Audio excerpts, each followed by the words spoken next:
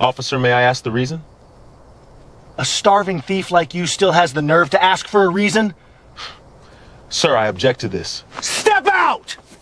Let's see what that little black rat has managed to steal. The officer ripped open the duffel bag. Neatly folded clothes tumbled onto the gravel. He used a pocket knife to slice the birthday cake in half. He dumped the entire contents of the glove compartment onto the passenger seat. Nothing. Then, his flashlight beam landed on a steel safe bolted beneath the driver's seat. He grinned broadly. I knew it. You rats belong scurrying around in the sewers, not crawling out into the open. The driver, his voice calm, asked, You want me to open it? The officer laughed. The driver entered the code. The safe lid sprang open. Inside, two objects caught the beam of the flashlight, and the officer held his breath. 18 hours earlier, the man behind the wheel was sitting at a gray desk on the 3rd floor of the E-Ring, Pentagon, Arlington, Virginia. The clock on his monitor said 0530. The corridor smelled like burnt government coffee and floor wax. A janitor's buffer hummed 3 doors down, low and steady, the way machinery hums in a building that never fully sleeps. Somewhere down the hall, a flag was being raised in a stairwell. His nameplate read Dawson T., SR Chief, USN, J3 Solo. The acronyms meant Senior Chief, United States Navy, Special Operations Liaison Officer, Joint Staff Operations. The titles meant he sat in a room where 4-star generals asked him, in plain English, what was actually happening in places the public would never hear about. He was 38 years old.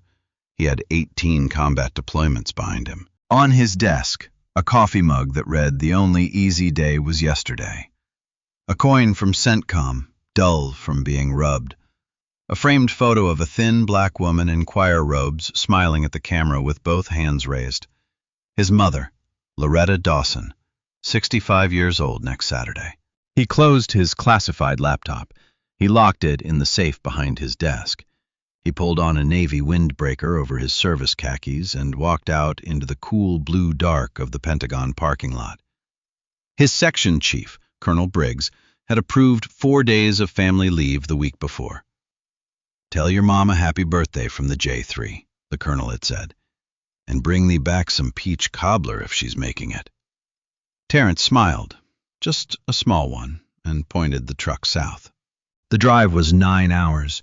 He stopped twice, once for gas outside Richmond, once for a cup of coffee at a Cracker Barrel just north of the Georgia line.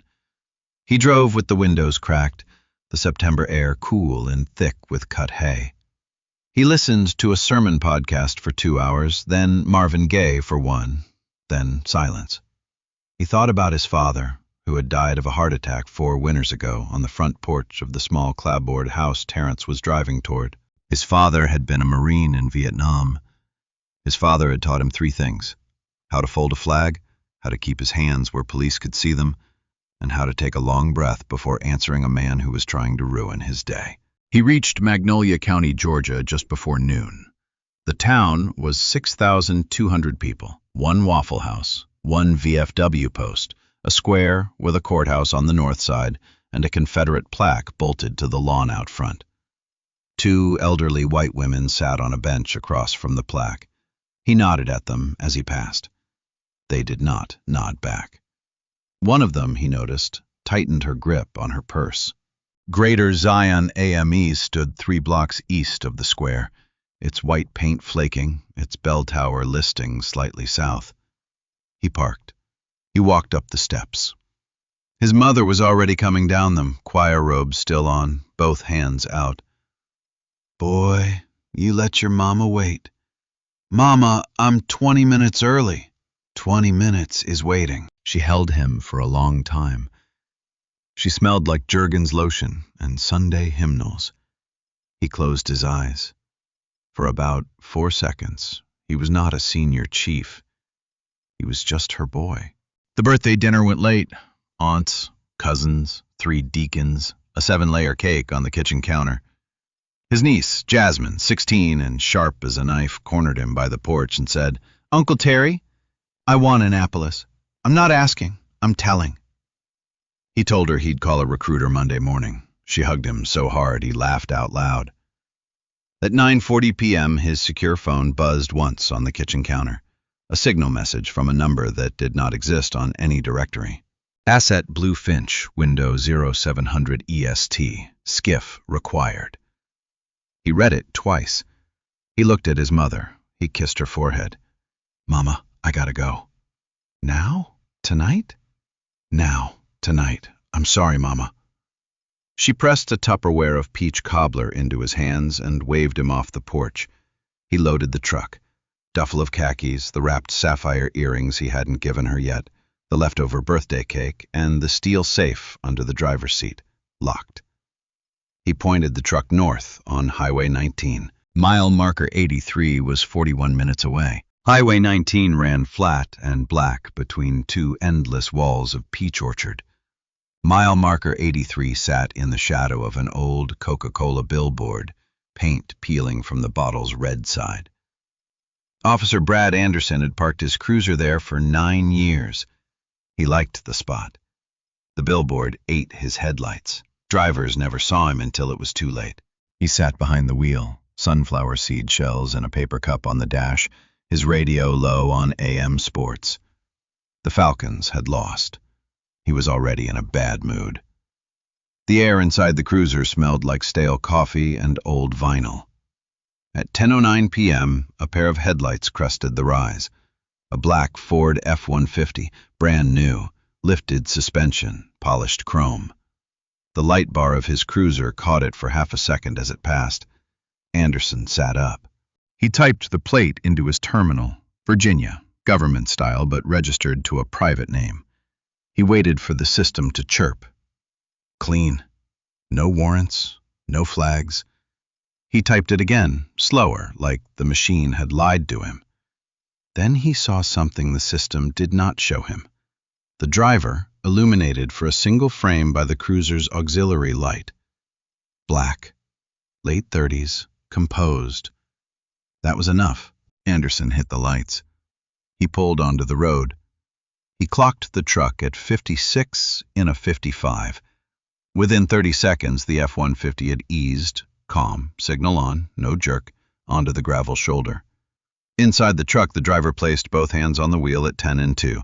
His father had taught him that. He turned the interior dome light on with his elbow. His father had taught him that, too. Anderson did not walk to the window the way the academy taught. He walked to the front bumper. He planted one boot on it. He thumped his flashlight against the hood. 3 slow knocks. The driver did not flinch. That bothered Anderson more than anything had bothered him all year. He came around to the driver's side window, finally, and rapped on the glass with his knuckles. The window came down.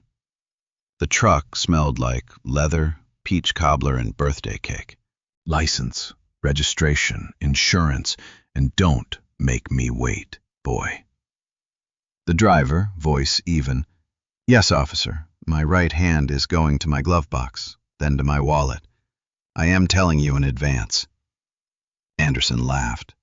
Listen to him, like a damn lawyer. The driver retrieved the documents and handed them over with the calm of a man who had handed documents over many times in his life.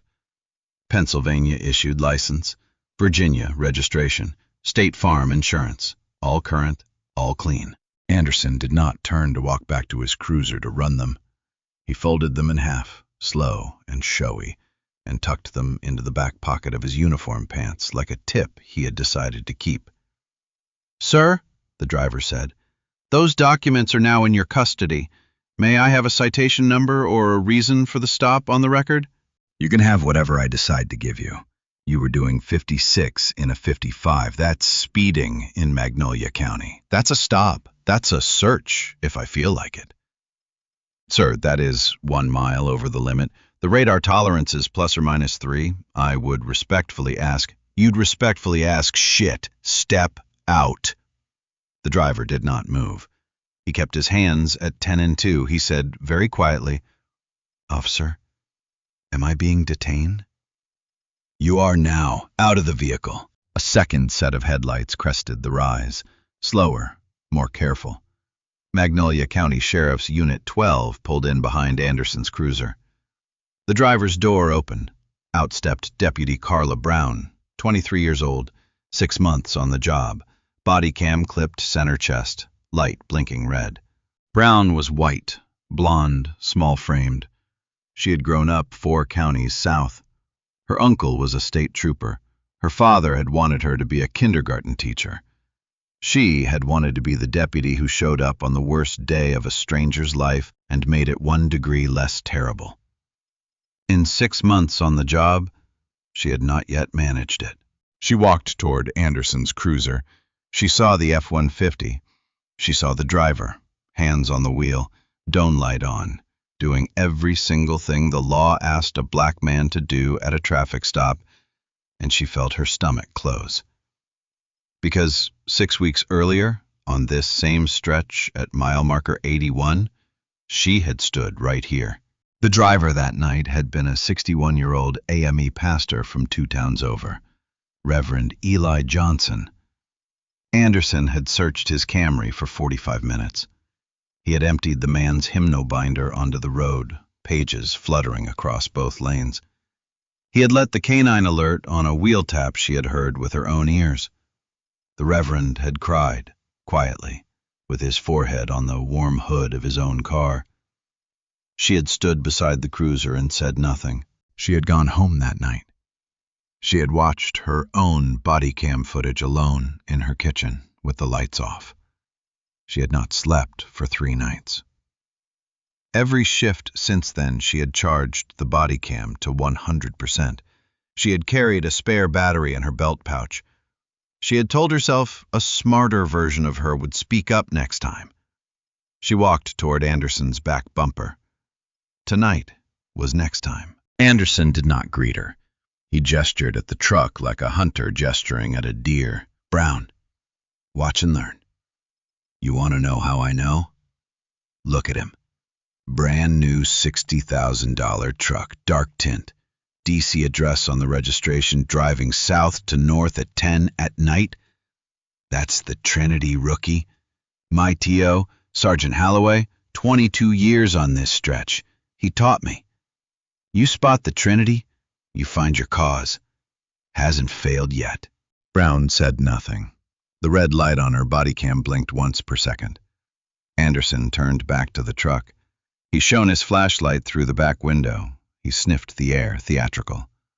You smell that, Brown? Air freshener, pine, real heavy. That's a masking agent. 9 times out of 10, that's covering product. Officer, the driver said, the air freshener is a little tree.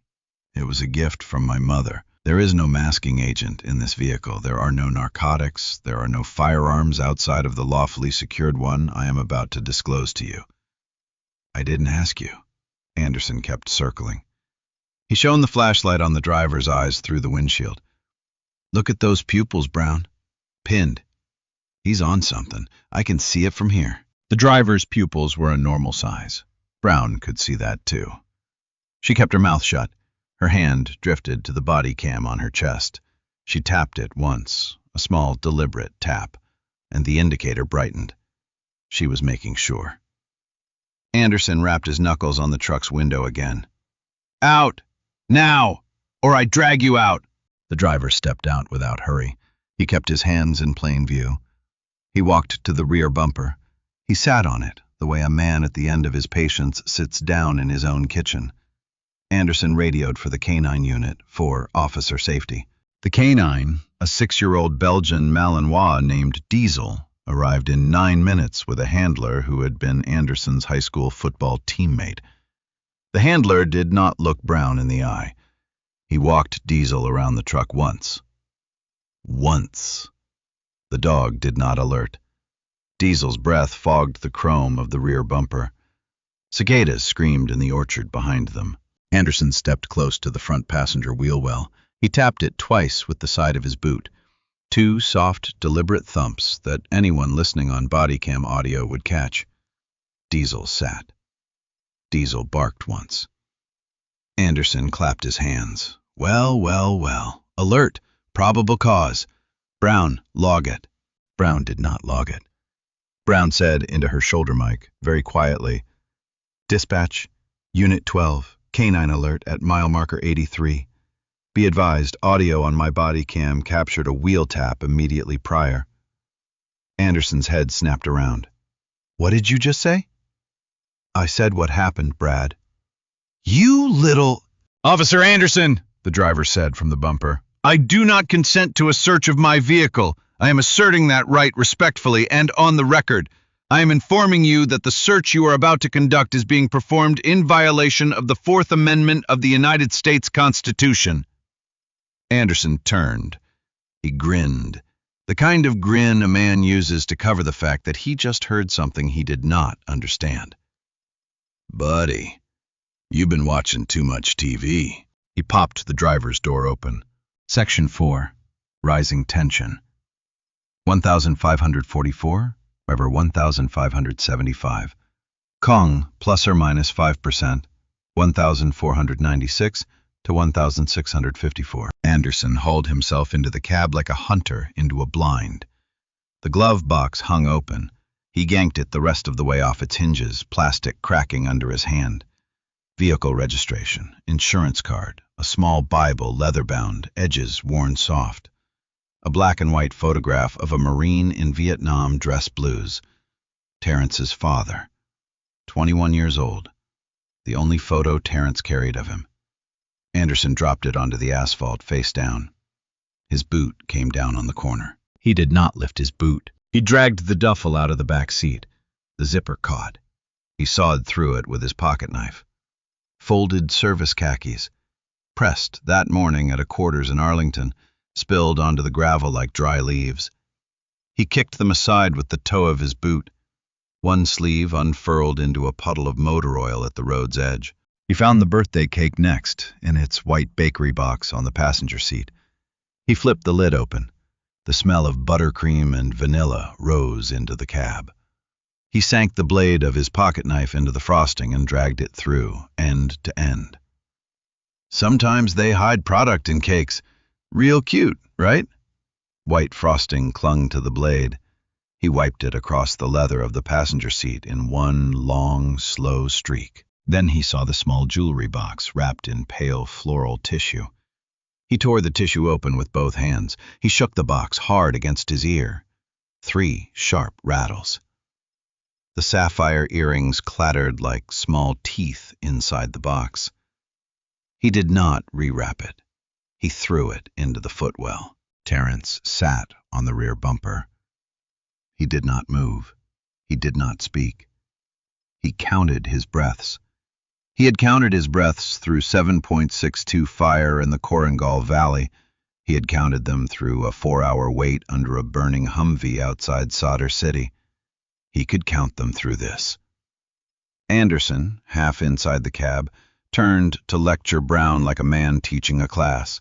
Brown, this is technique. My T.O., Sergeant Holloway, taught me this for 6 months straight. You gotta understand, they don't hide in glove boxes anymore. They hide in cakes, in baby diapers, in jewelry boxes, anything that looks like a gift. Holloway told me, Brad, you walk into that truck assuming it's lying to you. That truck wants you to give up. Don't give up. He dug deeper into the duffel. A worn pair of Solomon boots, salt-stained at the heel. A paperback copy of Marcus Aurelius. A black running watch. Anderson held the watch up between 2 fingers like it was contraband. What's this, partner? Stopwatch? Timing something? Terrence did not answer. Anderson threw the watch onto the gravel. The crystal cracked.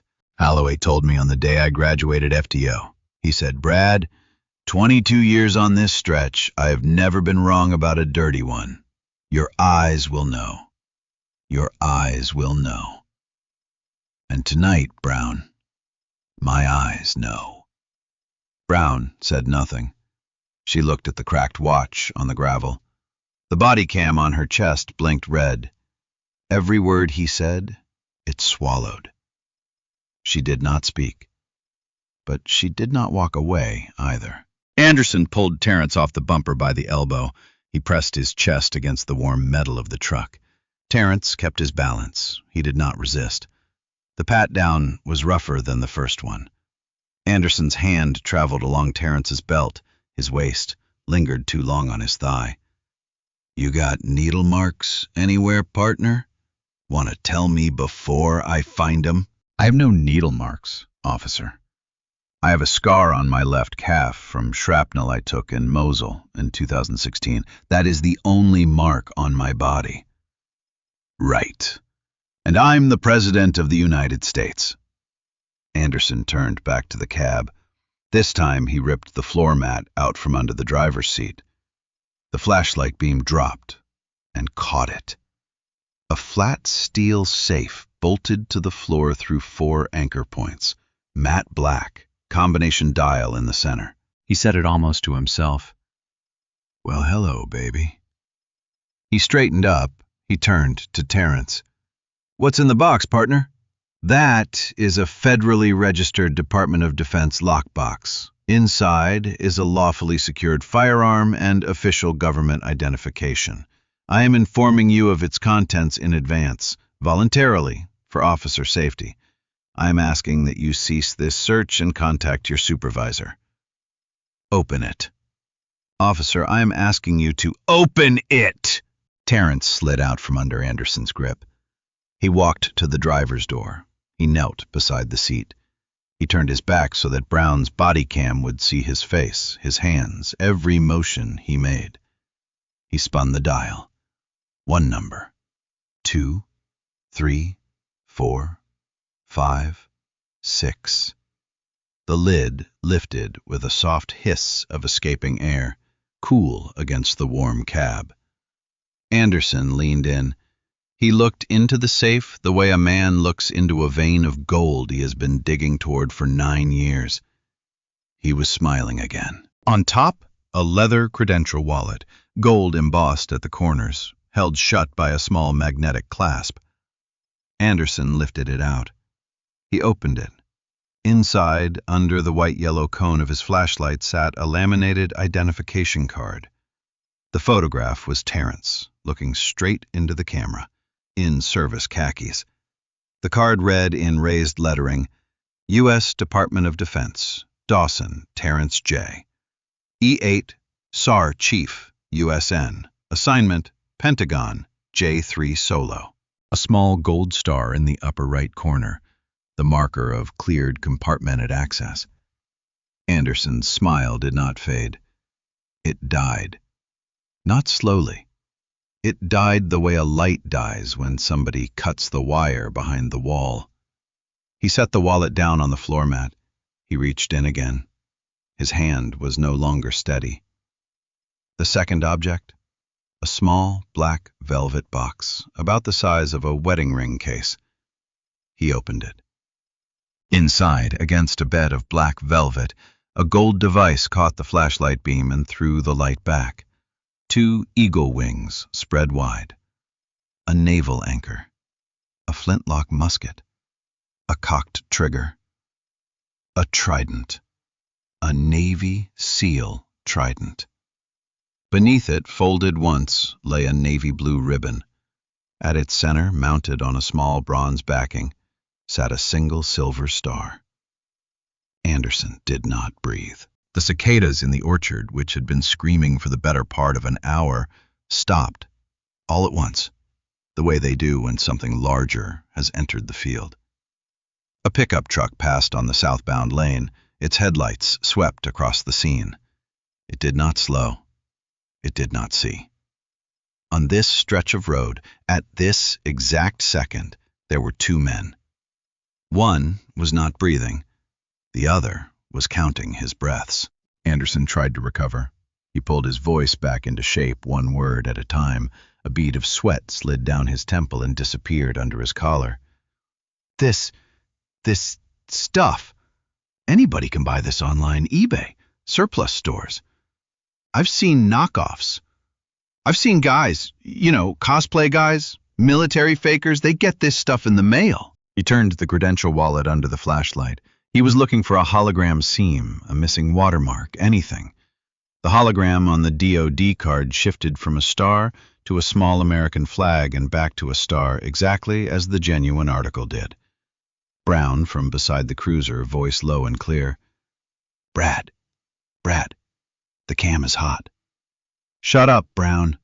Brad, my cam has been on since I arrived. It is recording everything, including the wheel tap, including this. I said shut up! Anderson turned in place. He was holding the Trident box in his right hand. He was holding the credential wallet in his left. He did not know where to put them down. The Trident caught his flashlight again and gleamed like something alive. Terrence rose from the floor of the cab. He stood up straight. He was not taller than Anderson. They were the same height, but the way he stood made the cab smaller. Officer Anderson. His voice was not loud, not at all. My name is Senior Chief Terrence J. Dawson, United States Navy. The credential in your left hand is the property of the Department of Defense and is classified federal identification. The Trident in your right hand is the property of the United States Navy and is the warfare device of a member of the Naval Special Warfare Community. The ribbon beneath it is a silver star, awarded in 2016. You are currently in possession of 3 pieces of federal property that you removed from my vehicle without warrant and without my consent. I am giving you one chance. Return them. To my hand. Anderson did not move. The flashlight in his hand began to shake. Terrence used his left hand, slow, visible, to reach into the chest pocket of his polo shirt. He drew out a phone. It was not his iPhone. It was matte black, rubber-armored, no manufacturer logo. Along the edge, embossed in dull gold, a small seal. D.O.D. Anderson took a step back. Hey! What is that? This is a Department of Defense secure communications device, Officer Anderson. I am placing a call. On speaker. Deputy Brown's body cam will capture it as evidence. He tapped the screen. A pre-saved number. A single ring. A man's voice, calm, awake, military clean, came through the speaker. J3 watch floor. Lieutenant Commander Stevens. This is an unsecure line. Identify. Stevens, it's Senior Chief Dawson. Authentication, Bluefinch Alpha 02. A keystroke, 2 seconds. Senior Chief, auth confirmed. Status. I am being unlawfully detained on Highway 19, mile marker 83, Magnolia County, Georgia, by a sheriff's deputy who is currently in possession of my CAC, my Trident, and a silver star, removed from my locked vehicle without warrant. Recommend you notify Colonel Briggs, DOD-IG, and FBI Atlanta Field Office immediately. Copy all, Senior Chief. Notification chain initiated. Stevens out. The line clicked dead. The speaker went silent. The cicadas were still silent. The only sound on the road was the faint tick of Anderson's cruiser engine cooling. Anderson stared at the phone in Terrence's hand, the way a man stares at a stick of dynamite somebody has already lit. Okay. He pushed his hands forward. Trident box in his left, credential wallet in his right. Look, Senior Chief, sir, let's take a beat here. This is a misunderstanding. He tried to hand the Trident back. Terrence did not raise a hand to receive it. No, officer. Sir, you seized these items as evidence of a crime you believed I committed. They will remain in your custody until your supervisor arrives and documents the chain of evidence. That is the law. You will not skip it tonight. Anderson flushed red, then white. He tried to laugh. It came out as a cough. Come on, partner. I was just doing my job. You understand, right? Officer Anderson, stop talking. Anything you say from this moment forward is being recorded by Deputy Brown's body cam and will be entered into evidence. I am advising you of this for your own protection. Anderson closed his mouth. He looked down at the Trident in his left hand. It still gleamed under the flashlight. Brown stepped forward, not toward Anderson, toward Terrence. She stopped a half step behind his right shoulder. She did not look at him. She looked down at her own body cam, checked the red light one last time, and keyed her shoulder mic. Dispatch, Unit 12. I need Sheriff Wilson, Code 2 to mile marker 83, Highway 19, immediately. 12, Dispatch, Code 2 acknowledged, ETA 14. Dispatch, additional. I wanted on log that my body cam has been recording continuously since arrival. I am also requesting that body cam footage from Unit 12 dated 6 weeks ago, incident involving Reverend Eli Johnson at mile marker 81, be polled and preserved as evidence. Audio on that footage captured a similar wheel tap by Officer Anderson immediately prior to a canine alert. I am formally requesting preservation as a witness. The dispatch line was quiet for 1 full second. 12 Dispatch. Copy preservation request. Logged at 23:11 hours. Stand by.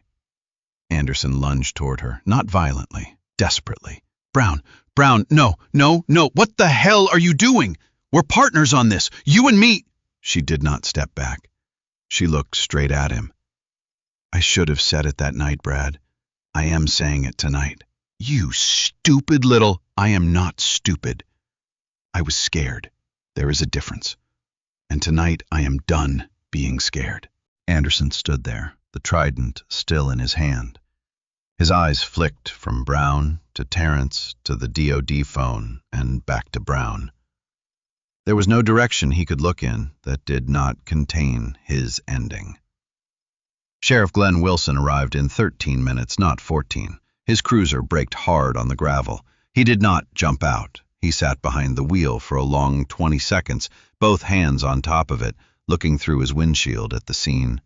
Wilson was 59 years old. He had served as an Army NP from 1986 to 1990. He had been sheriff of Magnolia County for 9 years. He had been hearing warnings about Brad Anderson for 2 of those years. He had not acted on them. Tonight he understood why he should not have waited. He got out. He walked straight to Anderson. He did not greet him. Brad, give me the badge. Sheriff? Sheriff, listen. This is Brad. The badge. The sidearm. Now. Anderson tried to open his mouth. Wilson did not allow it. He unpinned the badge from Anderson's chest himself. He instructed Anderson to draw his sidearm with his left hand, thumb and forefinger only, and place it on the hood of the cruiser. Anderson complied. His hand was shaking so badly the pistol struck the hood twice before it settled. Wilson took the pistol. He took the badge. He did not look at Anderson again. He turned to Terrence. Senior Chief Dawson, I am Sheriff Glenn Wilson, Magnolia County. I am here to take over this scene. May I have your patience for the next 30 minutes? Terrence nodded once.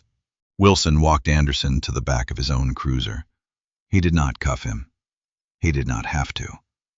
He opened the rear passenger door, the cage door, and waited. Anderson hesitated. He looked back at the F-150. He looked at the Trident still in his hand. Wilson took it from him, gently but without negotiation, and tucked it into a clear evidence bag he pulled from his belt. He sealed the bag and wrote the date and time across it in black marker. In the car, Brad. Sheriff, please. He matched a profile. The Trinity. Holloway taught us. The truck, the plates, in the car. Anderson sat. Wilson closed the door. He stood outside for a moment, listening to Anderson's voice rise behind the glass. Sheriff, the dog alerted. The dog alerted. You saw it? The report's gonna show. The dog alerted because you cued it, Brad. I have seen that wheel tap on tape twice this year already, once on Pastor Johnson, once on a 16-year-old girl outside Albany. I should have moved on you in August. I didn't. That is on me. The next part is on you. Anderson said nothing. Wilson walked away from the cruiser. He walked back to Terrence. He removed his hat. He held it against his chest with both hands. The brim trembled, just slightly, in his grip. Senior Chief Dawson, on behalf of the Magnolia County Sheriff's Department, on behalf of this county, and as a man who put on a uniform once, I am sorry. What was done to you tonight is not what we are supposed to be. I will not pretend that this is the first time something like this has happened on this stretch of road. I will only promise you that it is going to be the last." Terrence held his gaze.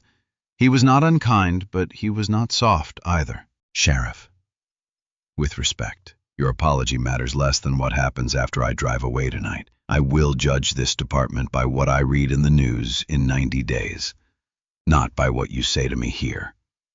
Wilson nodded. He put his hat back on. "Understood, Senior Chief. That is fair." He turned to Brown. "Deputy, you did the right thing tonight. You are going to take the next 24 hours off, with pay. You are going to write a statement, every detail while it is fresh, and then we are going to talk. About 6 weeks ago." Brown's eyes glistened just for a second. She held them open. She did not let them spill. "Yes, sir." Wilson radioed dispatch and formally placed Officer Brad Anderson on unpaid administrative suspension pending criminal investigation. He requested that the Georgia Bureau of Investigation respond at first light. He requested that the FBI Atlanta field office, already alerted by Lieutenant Commander Stevens an hour earlier, be looped in directly through his office. Brown helped Terrence reload his truck. She knelt on the gravel. She picked up the cracked black and white photograph of his father. She brushed the gravel off it with her sleeve. She handed it back to him with both hands, the way you hand someone a folded flag. "Senior Chief, I am sorry." He took the photograph. He looked at it for a long moment. He nodded. "Thank you, Deputy." He refolded the service khakis, slow, the way he had been taught at boot camp. He set the broken birthday cake gently into the back seat. He rewrapped the sapphire earrings in fresh tissue Brown produced from her own glove box. At 12:52 a.m., he pointed the truck north on Highway 19 again, mile marker 83 receding in his rear view, his hands at 10 and 2. He drove 40 minutes in silence. Then he pulled into the parking lot of a 24-hour Waffle House outside Macon, idled the engine under the yellow sign, and made 2 phone calls. The first was to his mother. He told her he was fine. He told her he had been delayed. He told her to put the kettle on next weekend. She did not press. She had been a Marine's wife. She knew the difference between fine and fine. The second was to his attorney in Alexandria, Vanessa Moore. He said 3 words. "Vanessa, file it." She said 2 back. "Already drafting." The night for Terrence Dawson was over. For Brad Anderson, the night was just beginning. By sunrise the next morning, FBI Special Agent Howard Taylor was sitting in Sheriff Wilson's office in Magnolia County with 2 laptops, a coffee, and a federal subpoena already drafted. By noon, 18 months of Officer Brad Anderson's body cam footage was in the back of a black Suburban headed for the Atlanta field office. The numbers came back 2 weeks later in a sealed memo that did not stay sealed for long. Over 18 months on Highway 19, Anderson had conducted 312 traffic stops. Of those, 268 had been performed on drivers who were black or Latino. The county itself was 71% white. The math did not require a federal investigator to read it. The math read itself. 3 previous canine alerts on Anderson's record were re-examined. In 2 of them, audio from secondary body cams caught the same soft double thump on the wheel well immediately before the dog sat. Diesel's handler, Anderson's high school football teammate, was placed on administrative leave by week's end. Reverend Eli Johnson, 61 years old, AME pastor from Sumter County, was contacted on a Sunday afternoon. He listened to the agent for a long minute. Then he said in a voice that did not rise, "Son, I have been waiting 6 weeks for that phone call. Tell me where to sign." A Latina schoolteacher named Maria Heiress was the second to come forward. A 21-year-old college student named Andre Banks was the third. Anderson had searched all 3 of their vehicles. Anderson had found nothing in any of them. Anderson had written in every single report the words, "consent given voluntarily." The local Atlanta affiliate broke the story on a Thursday. By Friday at noon, it was national. CNN, NBC, The Washington Post ran a front-page piece titled simply, "The Trident in the Truck." The Atlanta Journal-Constitution ran an editorial calling for the resignation of every elected official in Magnolia County who had received a campaign donation from the Anderson family. Veterans groups across the political spectrum issued statements of support, even the ones who normally did not. A SEAL Team 6 veteran posted a single sentence on social media. "Senior Chief Dawson is one of ours. Treat him like one of yours." It was reshared 2 million times in 48 hours. The federal trial of Bradley J. Anderson opened in the Northern District of Georgia 8 months after the stop. The charges? Deprivation of rights under color of law, 18 U.S.C. Section 242. Falsification of police records, and witness tampering. The witness tampering charge had been added when phone records showed Anderson had called Deputy Brown 3 times in the week after the incident, pressuring her to remember it differently. The prosecution called Deputy, now Sergeant, Carla Brown to the stand on day 2. She had been hired by a neighboring county after Magnolia could not find a place for her. She walked to the stand in a clean-pressed uniform. She had not yet turned 24.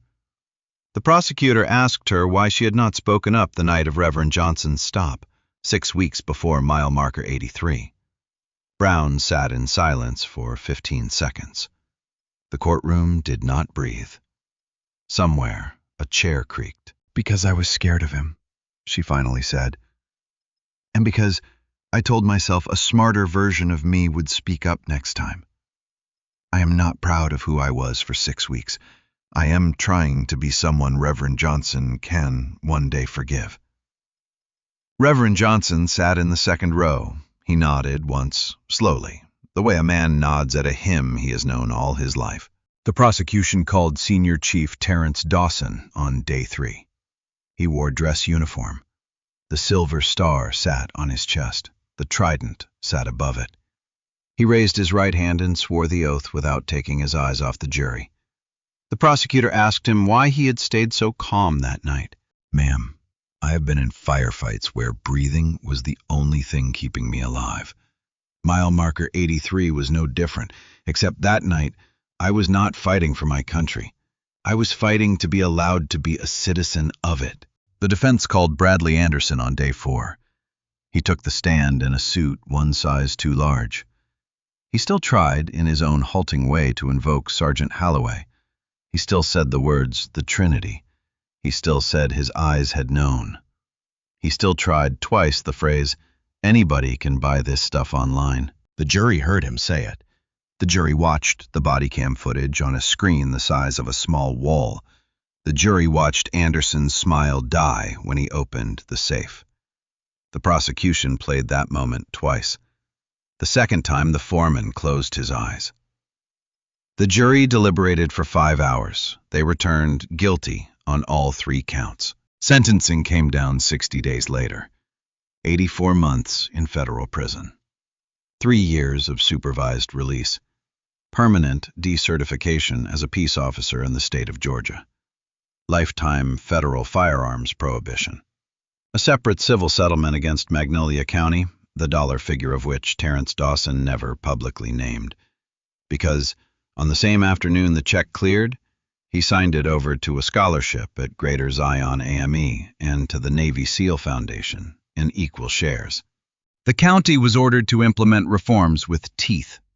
Mandatory monthly body cam audits, an independent canine review board, a civilian oversight commission with subpoena power. The town that for a very long time had not wanted to look at itself in the mirror finally had to. You can guess what came down off the courthouse lawn that spring. I will not even say it. Sheriff Glenn Wilson did not seek re-election. Sergeant Carla Brown was invited to give the keynote address at the Georgia Public Safety Integrity Conference. She accepted. On the courthouse steps, after the verdict, Loretta Dawson stood beside her son in her lavender choir robe. Jasmine stood on his other side in a brand new United States Naval Academy hoodie. Early acceptance. Class of plebes incoming. Terrence stepped to a single microphone. The wind moved his mother's robe. He looked at the cameras without smiling. My uniform did not get me justice tonight. The camera did. The deputy who told the truth did. The law, when it finally chose to work, did. The next black man on that highway should not have to be a Navy SEAL to come home alive. He stepped away from the microphone. The room, and the country watching it, went still. A year later, the corridor on the third floor of the E-Ring still smelled like burnt coffee and floor wax. Senior Chief Terrence Dawson stood at attention on a parade ground at Naval Special Warfare Command in Coronado. The Pacific breeze pulled at the dress-white cover of the new SEAL graduate in front of him. Terrence reached into a small black velvet box. He took out a gold trident. He pinned it through the fabric of the young man's chest. He shook his hand. He did not let go for 3 full seconds. 3,000 miles away, Loretta Dawson stood at the front of the Greater Zion AME choir on a Sunday morning, lavender robe swaying. The new sign on the church lawn read in white on black, Dawson Scholarship Fund. 6 high school seniors stood in the front pew. 4 of them already had college acceptance letters. In Annapolis, a 16-year-old plebe named Jasmine Dawson marched past the Naval Academy Chapel in formation, her uncle's old service number penciled on the inside of her brim. She did not know he had done that. She would find it on the day she graduated. In a classroom outside Atlanta, Sergeant Carla Brown taught a module on body cam ethics to 15 rookie deputies. She told them the story of mile marker 81 before she told them the story of mile marker 83. She told them in that order on purpose. In a back acre of pasture outside Magnolia, Glenn Wilson, no longer sheriff, just Glenn now, planted his 11th peach tree of the spring. His wife brought him iced tea. He thanked her without looking up. In a federal correctional institution in central Alabama, Bradley J. Anderson sat alone at a metal table in the yard during his 1 hour of outdoor time. He did not have visitors. He had stopped asking for them. And in the second row of Greater Zion AME on a Sunday in October, Reverend Eli Johnson preached on the book of Amos, "Let justice roll down like waters." In the third row, a young white woman in civilian clothes sat with her hands folded. After the service, he met her at the door. He shook her hand. She did not let go for 3 full seconds either. Out on Highway 19, the shadow of the old Coca-Cola billboard still fell across mile marker 83 at dusk. A new cruiser sat there now. Sometimes. The deputy was not Carla Brown and was not Brad Anderson. Cicadas screamed in the orchard. No one tapped any wheels. So here is what I want from you tonight. If you were Deputy Brown 6 weeks before mile marker 83, standing on the shoulder of a dark road watching Reverend Johnson get the exact same treatment, body cam blinking red on your chest, would you have hit record and walked away? Or would you have done what she did the second time, knowing it might cost you your career, your county, every friend you grew up with? Be honest in the comments. I am not asking the easy version of that question. I am asking the hard one. If this story moved you, hit the like button. It tells the algorithm to put this in front of someone who needs to hear it tonight. Share it with somebody you love who still thinks just comply is the end of the conversation. And subscribe, because I am telling one of these stories every single week. The next one is about a black ER doctor, a country club in Connecticut, and a glass of red wine that changed everything. Justice did not show up on Highway 19 because Terrence was a SEAL. Justice showed up because a camera was on. A rookie finally stopped lying to herself, and a record got made. So make the record. Every single time. For everybody. Even when nobody famous is watching. Especially then. I will see you in the next one. The story is over, but one thing keeps sticking with me. We all tell ourselves the same little lie. Next time, I will speak up. Next time, I will push back. Next time I will do the right thing. But this story taught me something hard. Next time almost never comes, or when it does, we find a new reason to put it up again. Because the first time you stay silent, it hurts. The second time, way easier. You have got a precedent now. You stayed quiet once, and the war didn't end. So you stay quiet again and again. Little by little, you train yourself into someone who never speaks up. That is the scary part. It's not one big decision that turns us into the person who looks away. It's 100 small ones. Each time saying next time until next time quietly becomes never. We all owe a next time somewhere, a truth we need to tell, an apology we keep postponing, a wrong we keep meaning to call out, and every time we back up, not the right moment. But here's the thing, there's never a right moment. Speaking up only counts when it's still hot. Wait until it's easy, and it's already too late. So this week, the next time you have been carrying, make it this time. If you were that deputy, would you have spoken up the first time? I read every comment, hit like, subscribe. See you next time.